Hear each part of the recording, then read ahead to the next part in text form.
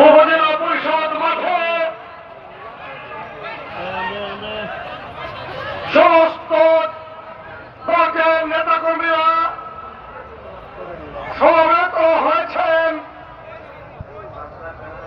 আমার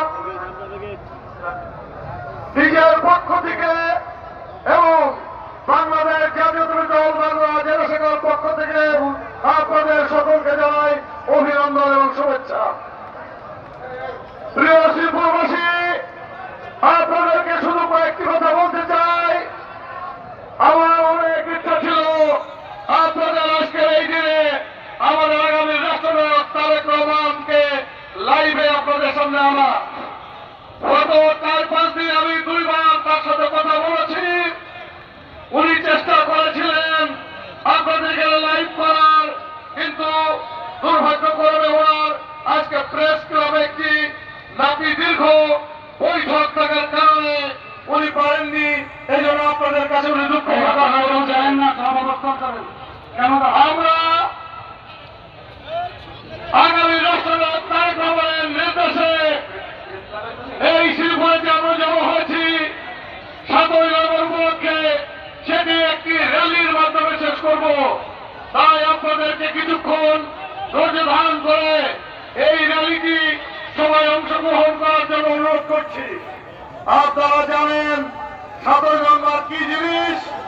বাংলাদেশের জন্ম হতো না যদি 7ই নভেম্বরের সৃষ্টি না হতো। কারণ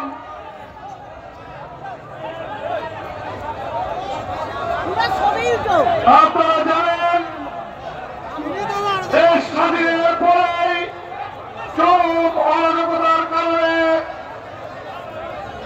পার্শ্ববর্তী দেশের ষড়যন্ত্রে এই দেশ একটি বড় রাজ্যে পরিণত হচ্ছিল। এমনি এক মুহূর্তে বাংলাদেশের রাখাল রাজা তৎকালীন মেজর জেনারেল, বাংলাদেশের স্বাধীনতার ঘোষক, উনি নেতৃত্ব দিয়েছিলেন সিপাহী জনতার বিপ্লবে।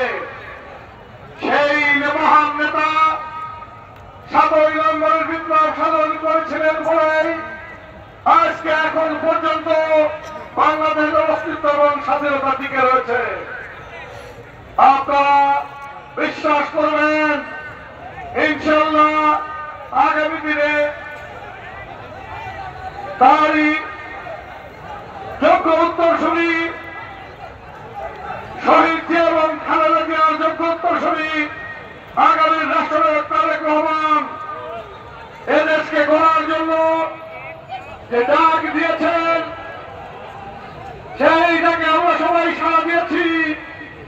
বাংলাদেশের প্রত্যন্ত অঞ্চলের মানুষেরা, কৃষক ভাইয়েরা এবং এদেশের ছাত্র জনতা সাড়া দিয়েছে শহীদ প্রেসিডেন্ট জিয়া এবং খালেদা জিয়ার যোগ্য উত্তরসূরি তারেক রহমানের।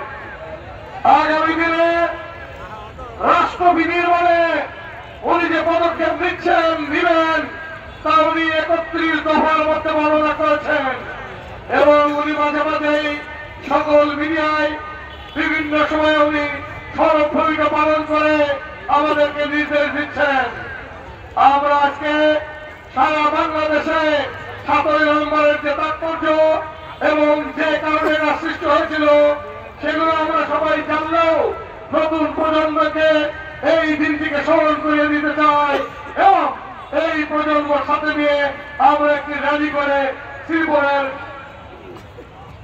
বিভিন্ন সড়ক প্রদক্ষিণ করে আমাদের আজকের কর্মসূচি শেষ করব। এখন আমার বক্তব্য শেষে আপনাদেরকে জানিয়ে দেওয়া হবে সুন্দরভাবে সুশৃঙ্খলভাবে র্যালি করে কোথায় গিয়ে শেষ হবে। আমাদের এই প্রস্তুতি সভা এবং র্যালি পূর্ব যে সমাবেশ, এই সমাবেশে আমার সাথে আছেন আমাদের অত্যন্ত যোগ্য বলিষ্ঠ নেতৃত্ব খান আলী মকসুদা, আলমগীর হোসেন, কুতুবউদ্দিন আহমেদ, অ্যাডভোকেট শাহাদ হোসেন টগর, শ্রমিক দলের জেলা নেতা ইমদাদ হোসেন, কৃষক দলের নেতা এই বিভাগীয় নেতা রুমাদ হোসেন খান,